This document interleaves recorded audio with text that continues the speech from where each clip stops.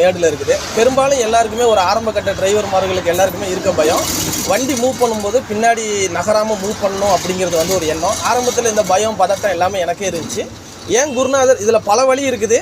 இதில் ஏன் குருநாதர் எனக்கு சொல்லிக் கொடுத்த டிப்ஸை மட்டும் நான் இப்போ உங்களுக்கு சொல்லிக் கொடுத்துட்றேன்.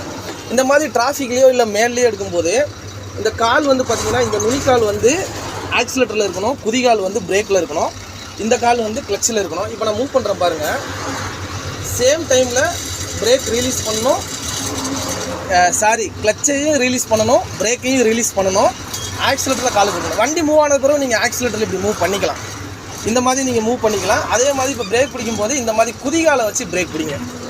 இந்த மாதிரி இருக்கணும். அதாவது 3 காலுமே ஒரே டைமில் வேலை செய்கிற மாதிரி. இதே லோடு வண்டி ரொம்ப ஒரு மேடான இடத்துல ஏற்றும் போது இந்த மாதிரி கொஞ்சம் நல்லா லைட்டாக அப்படி வச்சு இப்படி ரேஸ் பண்ணிக்கலாம். இது BS 6க்கு கொஞ்சம் கஷ்டம், BS 3 BS 4க்கு ஈஸி. நன்றி நண்பர்களே.